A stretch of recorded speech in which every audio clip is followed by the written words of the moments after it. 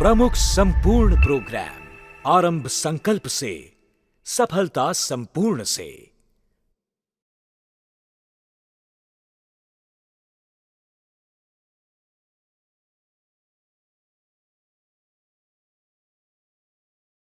Aspirants, कैसे हैं आप सब लोग। आशा करता हूं मैं आप सब बहुत अच्छे होंगे और उतनी अच्छी आपकी पढ़ाई चल रही होगी।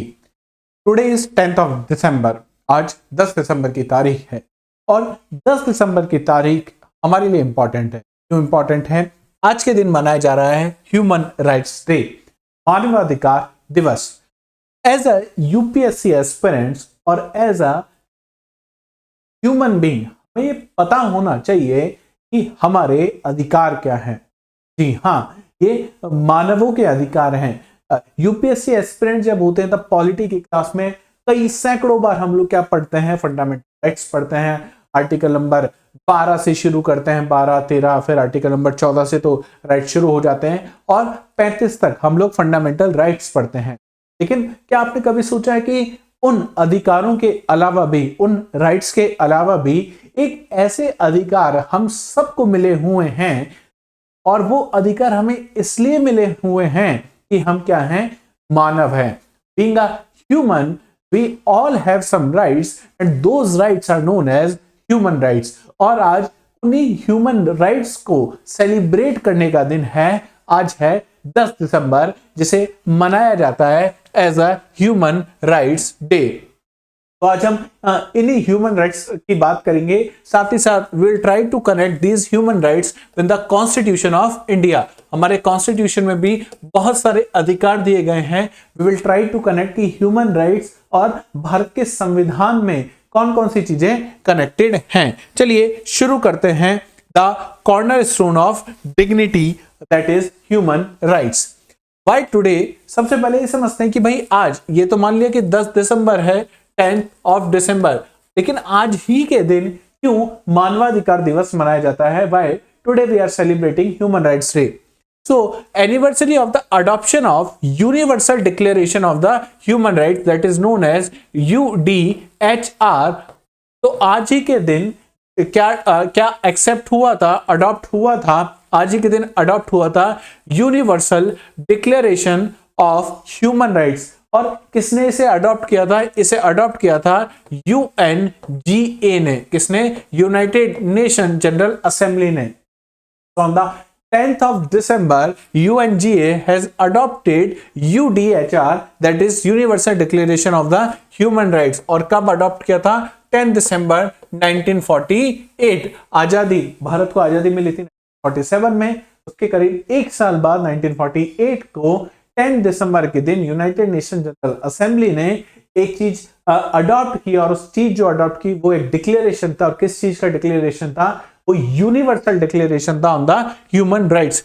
It was the first global document to articulate the fundamental rights and freedom to which all human beings are entitled. तो ये पहला एक ऐसा डॉक्यूमेंट था जिसके तहत ये बताया गया कि being a human, you all have certain freedoms, you all have certain rights। To document those rights and freedom, they came up with this idea that is known as UDHR।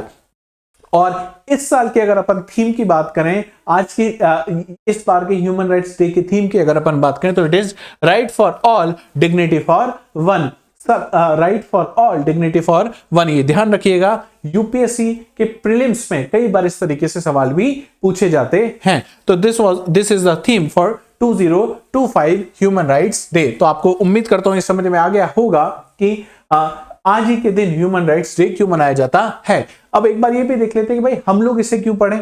Being a human हमें पढ़ना तो चाहिए इसे, लेकिन हम लोग तो human से सुपर ह्यूमन की तरफ बढ़ने की कोशिश कर रहे हैं। वी आर यूपीएससी एस्पिरेंट्स, तो हम लोग इसे क्यों पढ़े? सबसे पहले जीएस पेपर 2 में इंडियन कॉन्स्टिट्यूशन में historical underpinning, evolution, features, amendment, significance and provision and the basic structure. तो कॉन्स्टिट्यूशन के बेसिक स्ट्रक्चर, कॉन्स्टिट्यूशन के प्रोविजन को हमें क्या पढ़ना होता है?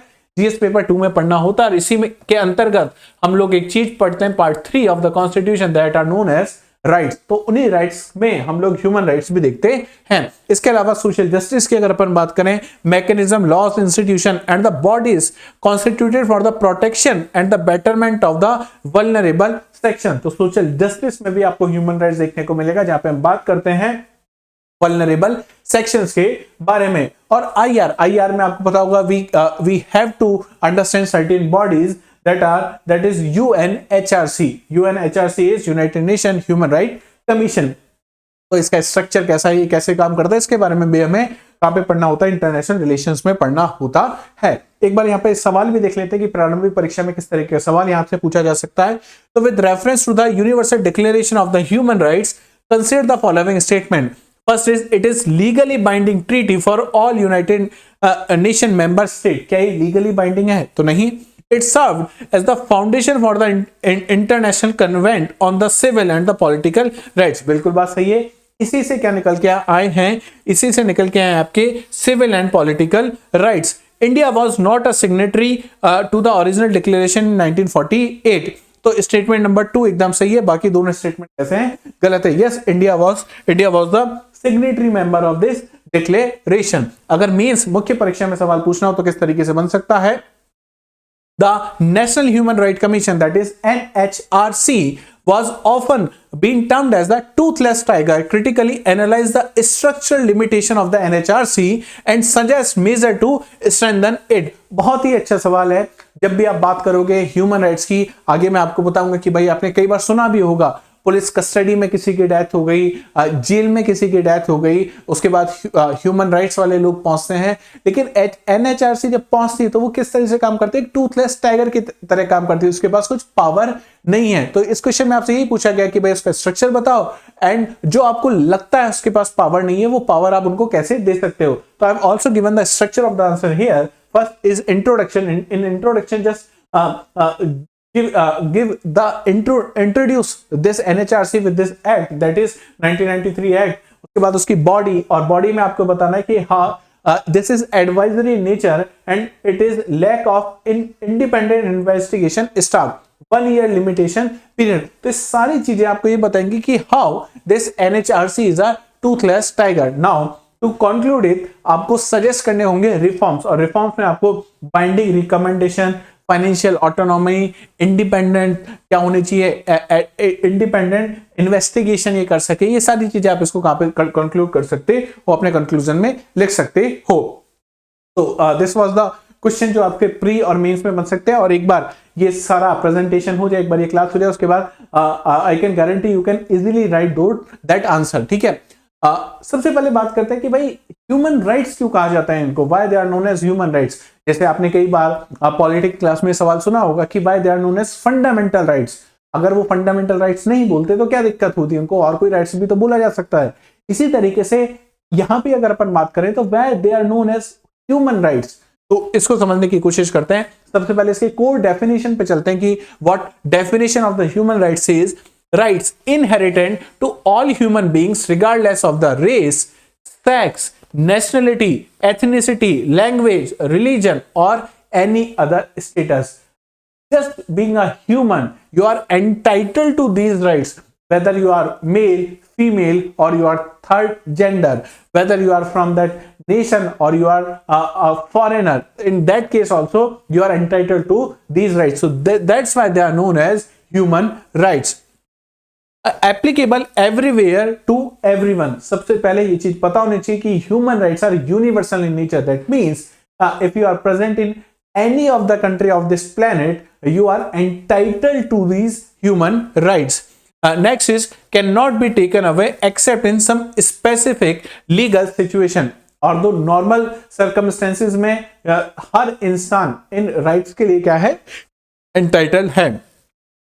Civil, political, economic, social and cultural rights are interrelated। तो ये सारे राइट्स क्या है, इंटररिलेटेड आपको देखने को मिलेंगे two human rights, whether they are those are civil rights, cultural right, political rights. सबसे पहले जो फाउंडेशन बना के जाएगा उन सबकी वो कौन होगा, ह्यूमन राइट होते हैं। नेक्स्ट चलते हैं, अगर इसका हिस्टोरिकल इवोल्यूशन देखें कि आज हम लोग 10 दिसंबर को ये ह्यूमन राइट डे मना रहे हैं, उससे पहले हमने देखा 10 दिसंबर 1948 में यूनाइटेड नेशन जनरल असेंबली ने इस डिक्लेरेशन को अडॉप्ट किया था। लेकिन क्या 1948 में ये डिबेट स्टार्ट किया, उससे पहले से ये डिबेट चल रही है, ह्यूमन राइट का कंसेप्ट चल रहा है।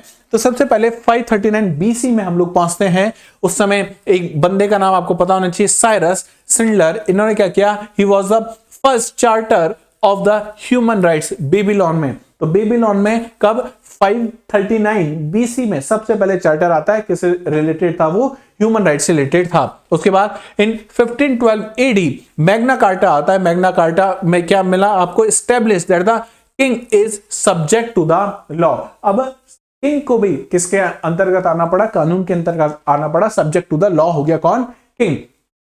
1789 फ्रेंच रिवॉल्यूशन में क्या हुआ, declaration of the rights of the man. तो बेसिकली यहां पे आपको मॉडर्न जो ह्यूमन राइट्स है वो आपको देखना शुरू हो गए कहां पे, फ्रेंच रिवॉल्यूशन में। और लास्ट इन 1948 ग्लोबल कोडिफिकेशन, जब वर्ल्ड वॉर 2 के बाद में कोडिफिकेशन होगा किसका, कोडिफिकेशन होगा आपके ह्यूमन राइट्स का। और लास्ट में 1948 10 दिसंबर को United nation of general assembly इसको क्या कर लेगी, अडॉप्ट भी कर लेगी। Adopted in 1948 by the UNGA in Paris, drafted by the representative with the different legal and the cultural background from the all region of the world। तो ऐसा नहीं किसी एक व्यक्ति के द्वारा, जैसे आपको पता होगा हमारा कॉन्स्टिट्यूशन भी किसी एक व्यक्ति विशेष ने नहीं बनाया है ना, बाकी बहुत सारी कमिटियां थी, ड्राफ्टिंग कमेटी थी, उसने ड्राफ्ट किया, उसके बाद बहुत सारे डिस्कशन हुए। और ड्राफ्टिंग कमेटी भी किसी एक व्यक्ति की कमेटी नहीं थी, उसमें भी बहुत सारे मेंबर्स आपको देखने को मिलते हैं। उन्होंने ड्राफ्ट किया, उसके बाद बहुत सारे डिबेट हुआ, लास्ट में आप क्या निकल के आया, कॉन्स्टिट्यूशन ऑफ इंडिया निकल के आया। बिल्कुल उसी तरीके से जब ह्यूमन राइट्स को कंसोलिडेट करना था आफ्टर वर्ल्ड वॉर 2, तो क्या किया गया, बहुत सारे लोगों को बुलाया गया from the different background, from the different region, and उन सब ने जब डिस्कशन किया तो कुछ चीज निकल के बाहर आई। उसी चीज को आप क्या किस नाम से जानते हो, ह्यूमन राइट्स के नाम से जानते हो। और इसमें जो की फिगर रहे उनका नाम था Eleanor Roosevelt, chair of the drafting committee. जैसे हमारे यहाँ पे जब भी कॉन्स्टिट्यूशन ऑफ इंडिया की बात होती है तो सबसे पहले जो नाम निकल के आता है वो आता है डॉक्टर BR अंबेडकर साहब का। तो इसी तरीके से वो कौन थे, ड्राफ्टिंग कमेटी के चेयरमैन थे। अगर ह्यूमन राइट्स की ड्राफ्टिंग कमेटी का चेयरमैन माना जाए तो कौन है, एलेनोर रॉजवेल्ट। ये आपको पता होना चाहिए। It sets a common standard of achievement for all the people and all the nation. तो सबसे इंपॉर्टेंट बात ह्यूमन राइट्स की यही है कि they are universal in nature, they are universal in nature, ये आपको पता होना चाहिए। आगे चलते हैं नेक्स्ट स्लाइड पे, the 3 generation of the rights. तो हमारे पास 3 जनरेशन है राइट्स के, अलग अलग कलर्स के बेसिस पे इन्हें डिफाइन किया जाता है। First is blue rights, second one is red light and third one is green right. सबसे पहले बात करते हैं what are blue rights. They are civil and political rights, that means liberty oriented includes right to life, right to speech, fair trial and voting. तो article number अगर 3 से लेकर 21 तक आप देखोगे यूनाइटेड नेशन के जो ह्यूमन राइट्स के जो आर्टिकल हैं उसमें आपको सबसे पहले कौन से राइट्स देखने को मिलेंगे, blue rights. They are of civil and political nature. जैसे हम बात करते हैं article 21 of the Indian constitution, तो उसमें आपको राइट टू लाइफ आपको देखने को मिलता है। इसके अलावा आर्टिकल 42 बात आप करोगे तो राइट टू फ्रीडम्स जो आपको देखने को मिलती हैं। उसी तरीके के राइट आपको यूनाइटेड नेशन के जो ह्यूमन राइट्स में आप देखोगे तो आर्टिकल नंबर 3 से लेकर 21 में देखने को मिलेंगे। They are known as blue rights and they are civil and political in nature. Next चलते हैं second generation, they are known as red rights. अब रेड राइट्स की अगर अपन बात करें, they are economic, social and cultural rights, that means equality oriented. Right to equality की जब हम बात करते हैं, it includes right to work, right to housing, right to health, right to education. तो आप सोचो अगर आपको कोई भी आंसर लिखना है RTE पे, राइट टू एजुकेशन पे आपको लिखना है, तो नाउ यू हैव आइडिया कि राइट टू एजुकेशन का बेस आपको कहां देखने को मिलेगा, रेड राइट्स में आपको देखने को मिल रहा है। These are second generation rights जो आपको कहां देखने को मिलेंगे, article number 22 to 27 of the UDHR। और लास्ट अगर अपन चले, these are third generation rights, they are known as green rights. They are of collective and solidarity in nature. अगर अपन बात करें fraternity oriented, include right to development, right to peace, right to clean environment. तो हमारे article 21 में मिलेगा आपको right to clean environment. आपको अधिकार है किस चीज का, स्वच्छ हवा का, स्वच्छ पानी का। तो सारे राइट्स कहां से निकल के आए हैं, इन ग्रीन राइट से निकल के आए हैं। तो 3 तरीके के राइट्स आपको कहां देखने को मिलेंगे, UDHR में आपको देखने को मिलते हैं। अब बात कर लेते हैं भाई कॉन्स्टिट्यूशन ऑफ इंडिया में ह्यूमन राइट्स कहां का आपको देखने को मिलता है। फिलोसॉफिकल बेसिस की अगर अपन बात करें, भारत जिसमें हमेशा ये भावना रही है वसुधैव कुटुंबकम की, दैट इज वसुधैव कुटुंब का मतलब क्या है कि पूरा विश्व हमारा परिवार है। एंड सर्वे भवन्तु सुखिनः, मे ऑल बी हैप्पी। हमने बचपन से एक श्लोक पढ़ा है कि सर्वे भवन्तु सुखिनः, सर्वे सन्तु निरामयाः, सर्वे भद्राणि पश्यन्तु, मां कश्चित् दुःख भाग् भवेत्, ओम शांति शांति शांति। क्या मतलब क्या है? सभी सुखी होवें, सभी रोग मुक्त हों, सभी मंगलमय घटनाओं के क्या बने, साक्षी बने, और किसी को भी दुख का भागी ना बनना पड़े। इसके लिए हम क्या करते हैं, प्रार्थना करते हैं भगवान से, may all sentient being at peace, may no one suffer from the illness, may all see what is auspicious, may no one suffer, Om Shanti शांति शांति। तो इस भावना के साथ ही क्या हुआ है, भारत और भारत का समाज आगे बढ़ा है। और ये भावना आपको कहां देखने को मिलेगी, हमारे कॉन्स्टिट्यूशन में भी देखने को मिलती है। इसलिए अगर आप प्रियम्बल देखोगे इंडियन कॉन्स्टिट्यूशन की, तो वहां पे बात होती है, कॉन्स्टिट्यूशन की प्रियम्बल सिक्योर करती है किस चीज को, जस्टिस को, लिबर्टी को, इक्वलिटी को, फ्रेटर्निटी को। और ये सारी शब्द आपको अगर याद हो तो पिछली स्लाइड में हमने देखे थे, ब्लू राइट्स में, रेड राइट्स में और ग्रीन राइट्स में, चाहे बात करें जस्टिस की, लिबर्टी की, इक्वलिटी की और फ्रेटर्निटी की। और हमारी प्रियम्बल में शब्द साफ आपको देखने को मिलेंगे, here it is justice, liberty, equality and fraternity. तो डायरेक्टली आप देख पा रहे हो कि our preamble secures these things, these rights. अगर अपन बात करें, the Indian constitution is often described as the social document devoted to human rights. तो इंडियन कॉन्स्टिट्यूशन को डायरेक्टली कहा जाता है कि it is a social document devoted to human rights. तो वहां पे तो आपको डायरेक्टली किसका जिक्र आपको बहुत बार देखने को मिलेगा, ह्यूमन राइट्स का जिक्र आपको देखने को मिलता है। और आगे चला जाए प्रियम्बल के बाद, तो part 3 of the Indian constitution which describe the fundamental rights. उसमें आप देखो जो आर्टिकल नंबर 12 से 35 है, आर्टिकल 12 टू 35, उसमें आपको देखने को मिलेगा right to equality, that is article number 14 to 18, जहां पे बात होती है रूल ऑफ लॉ की, नॉन डिस्क्रिमिनेशन की जहां पे बात होती है। आपको पता है, आप मुझे कमेंट सेक्शन में जरूर बताइएगा कि which right describe about the right not to discrimination। ये आपको बताना कि ये जो है नॉट डिस्क्रिमिनेशन वाला जो राइट है, ये कॉन्स्टिट्यूशन के कौन से राइट्स में मेंशन है। राइट टू फ्रीडम की अगर अपन बात करें, जो आर्टिकल नंबर 19 टू 22 है, राइट अगेंस्ट एक्सप्लोनेशन आर्टिकल 23 और 24 की अगर अपन बात करें, और राइट टू कॉन्स्टिट्यूशनल रेमेडीज जो सबसे इंपॉर्टेंट राइट है, आर्टिकल नंबर 32। ये सब चीजें किसको बता रहे हैं, ये सब चीजें आपको ह्यूमन राइट्स की तरफ ले जाने की कोशिश कर रहे हैं। अगर आपने वो 3 राइट्स अच्छे से समझे हैं, ब्लू, रेड और ग्रीन, तो आप इजीली रिलेट कर पा रहे हो। के बाद अगर कॉन्स्टिट्यूशन में आप देखो डीपीएसपी क्या है कि सरकार कोई भी पॉलिसी बनाएगी तो दिमाग में क्या रख के बनाएगी, डीपीएसपी रख के बनाएगी। दो DPSP are non justiciable in nature but fundamental in governance. तो आपको कोई भी पॉलिसी फ्रेमवर्क बनाना है तो आपके दिमाग में क्या होना चाहिए, डीपीएसपी होनी चाहिए। They aim to establish a welfare state, और वेलफेयर स्टेट तभी होगा जब ह्यूमंस के पास क्या होंगे, ह्यूमन राइट्स होंगे। जैसे अगर डीपीएसपी के प्रोविजन आप देखो तो आर्टिकल नंबर 39A में आपको देखने को मिलेगा फ्री लीगल एड। तो लीगल एड के पैसा नहीं है।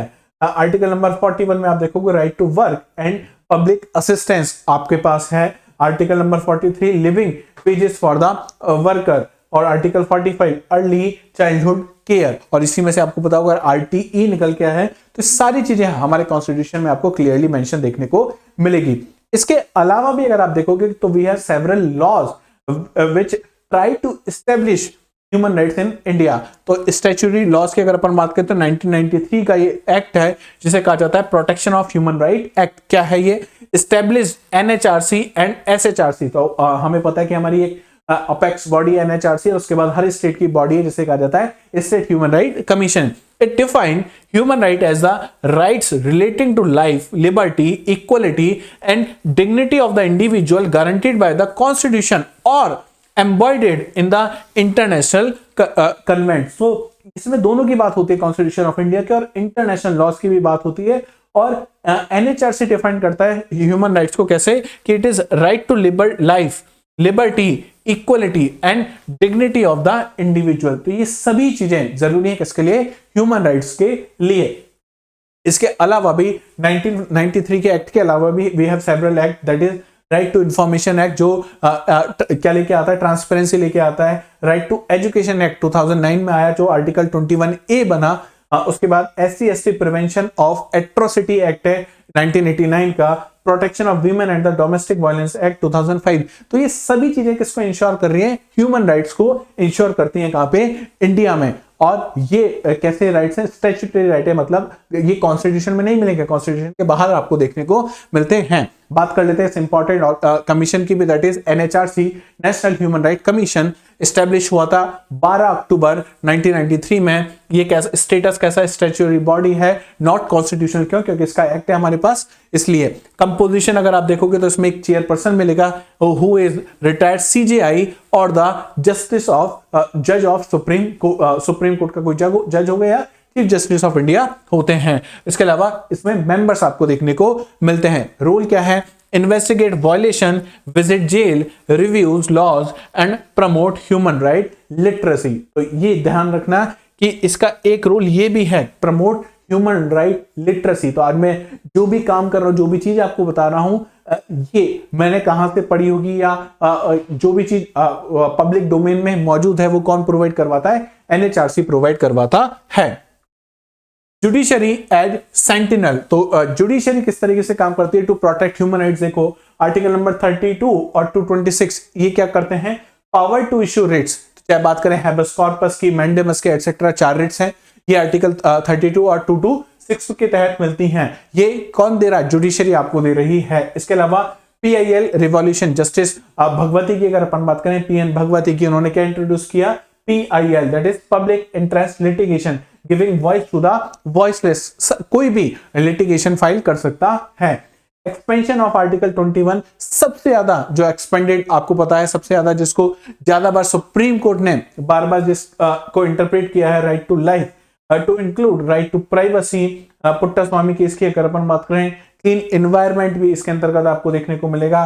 स्पीडी ट्रायल का भी राइट आपके पास है अंडर आर्टिकल 21। तो बार बार जुडिशरी ने ये चीज इंश्योर करने की कोशिश करी कि एवरी इंडियन जो इंडिया में है एटलीस्ट उनको भी तो ये सारे राइट्स मिले फंडामेंटल राइट्स के तौर पे और ह्यूमन राइट्स के तौर पे। अगर इसके अलावा कमिटीज आप देखोगे, इंडिया इंटरनेशनल कमिटमेंट्स जो आप देखोगे किसके लिए, ह्यूमन राइट्स के लिए, तो आपको देखने को मिलेगा ICCPR। ये क्या है, यह है international covenant on the civil and the political rights. India acceded in 1979 में ही इंडिया ने ये चीज कर ली थी, क्या, ICCPR। इसके अलावा ICESCR international covenant on economic, social and cultural rights. ये भी कब हुआ था, 1979 में। और इसके अलावा लास्ट चीज आपको देखने को मिलेगी, convention on the convention on the rights of women and rights of the child 1992 और 1993 में। तो इंडिया ने इंटरनेशनल लॉ के साथ हमेशा चलने की कोशिश की है जब भी बात हो किसकी, ह्यूमन राइट्स लॉ की। अगर अपन कंप्लेन की बात करें कि कंप्लेन कौन कौन सी आती हैं, इंडिकेटिव ट्रेंड जो आपको देखने को मिलेंगे, सबसे पहला police administration highest in volume आपको देखने को मिलेगा, फिर ह्यूमन राइट्स आपको देखने को मिलेगा, ये भी एक सिग्निफिकेंट अमाउंट ऑफ कंप्लेन है। इसके अलावा कस्टोडियल वायलेंस, ये क्रिटिकली कंसर्न में आपको देखने को मिलेगा। और लास्ट में आपको SC/ST एट्रोसिटीज जो आज भी क्या है, परसिस्टेंट है। तो ये इस ट्रेंड से आप पता लगा सकते हो इंडिया में जो ह्यूमन राइट्स का वॉल्यूशन होता है वो कहां पे सबसे ज्यादा हो रहा है। और ये जो डेटा है NHRC का डेटा है। चैलेंज इन प्रोटेक्शन की अगर अपन बात करें तो सबसे पहला NHRC recommendation are advisory often leading to the non compliance. तो सबसे इंपॉर्टेंट चीज ये, यहीं से आपका जो मैंने आपसे मेंस के लिए जो क्वेश्चन पूछा था उसका आंसर आपको मिल जाएगा कि NHRC के रिकमेंडेशंस होते हैं और they are advisory in nature, तो उनकी कंप्लायंस नहीं हो पाती है। Second, pendency of the cases, judicial backlog delays justice, justice delayed is justice denied. तो बहुत सारे आपको पता होगा इंडिया के कोर्ट्स की हालत, चाहे बात करें सुप्रीम कोर्ट की, हाई कोर्ट की या सेशन कोर्ट की, हर जगह बैकलॉग बहुत ज्यादा है। Next is police reform, lack of structural reform in police functioning lead to the custodial issue. तो आपने पुलिस कस्टडी में बहुत सारी डेथ या बहुत सारी एट्रोसिटीज जो देखी हैं वहां उसकी बात की जा रही है। Awareness gap, large section of the population are unaware of their rights. आज मैं भी आपसे पूछ लूं, और आप लोग तो क्या है, सब यूपीएससी एस्पिरेंट्स है, कि हमारे पास कौन कौन से ह्यूमन राइट्स हैं, और वो लिस्ट आप बना के दे दो 10 राइट्स की, तो हो सकता है हम भी वो नहीं बना पाए। तो सबसे बड़ी बात यही है कि अवेयरनेस नहीं है किसको लेके, ह्यूमन राइट्स को लेके। वे फॉरवर्ड की अगर अपन बात करें तो सबसे पहला जो बात हम लोग कर रहे हैं, एनएचआरसी को क्या करना होगा, स्ट्रेंथन करना होगा, रिकमेंडेशन बाइंडिंग होनी चाहिए, and provide independent investigation machinery किसके पास होनी चाहिए, एनएचआरसी के पास होनी चाहिए। इसके अलावा ह्यूमन राइट एजुकेशन जो एनएचआरसी का काम है, लिटरेसी बढ़ाने का, वो काम तेजी से और सख्ती से होना चाहिए। स्कूल एजुकेशन में, कॉलेज एजुकेशन में ह्यूमन राइट जैसे सब्जेक्ट भी होने चाहिए।